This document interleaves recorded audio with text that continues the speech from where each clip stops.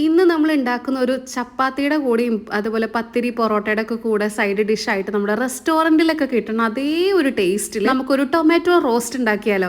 അതിനിടയിൽ ഞാൻ ഫ്രിഡ്ജിൽ നിന്ന് സോയാ സോസ് എടുക്കാൻ വേണ്ടിയിട്ടുള്ള തത്രപ്പാടിലായിരുന്നു കേട്ടോ. ഞാനിങ്ങനെ തിരഞ്ഞുകൊണ്ടിരിക്കുകയായിരുന്നു. അപ്പോൾ താഴെയാണ് നമ്മൾ ചില്ലി സോസ് വെക്കാറുള്ളത്. അത് കുറച്ച് ഹൈറ്റുള്ള കുപ്പി ആയതുകൊണ്ട് എന്നിട്ട് സോയാ സോസ് അവിടെ നിന്ന് കിട്ടി. അപ്പോൾ ആ സമയത്താണ് സീതപ്പഴം ഞാൻ കണ്ടത്. അമ്മയടുത്ത് കഴിഞ്ഞ ദിവസം അമ്മയെ വാങ്ങിക്കൊണ്ടുവരണം കേട്ടോ. താരൻ പോകാൻ സീതപ്പഴത്തിൻ്റെ ഒരു ട്രിക്ക് ഉണ്ട് കേട്ടോ അമ്മയുടെ കയ്യിൽ.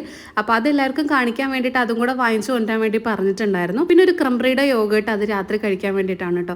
നമ്മളുടെ ഈ ഒരു കുപ്പി ജാർ എല്ലാവർക്കും ഇഷ്ടമായിട്ടുണ്ടായിരുന്നോ? ഇത് നല്ല യൂസ്ഫുൾ ആണ് കേട്ടോ എല്ലാവർക്കും. 220 രൂപയ്ക്ക് നമ്മൾ 6 പീസ് കിട്ടിയിട്ടുണ്ടായിരുന്നു കേട്ടോ. അതിൻ്റെ ലിങ്ക് ഞാൻ ഈ ലെഫ്റ്റ് സൈഡിൽ കൊടുക്കാം. ആദ്യം ഒരു കടായി അടുപ്പത്ത് വെക്കുക. നമ്മൾ ഈ ഒരു കടായി എവിടെ നിന്നാണ് വാങ്ങിയിട്ടുള്ളത് എന്നുള്ളതിൻ്റെ ലിങ്കും എല്ലാവർക്കും ഒരുപാട് ഇഷ്ടമായി എന്നൊക്കെ പറഞ്ഞു. അതിൻ്റെ ലിങ്ക് കൂടെ നമ്മൾ ലെഫ്റ്റ് സൈഡിൽ കൊടുക്കുക കേട്ടോ.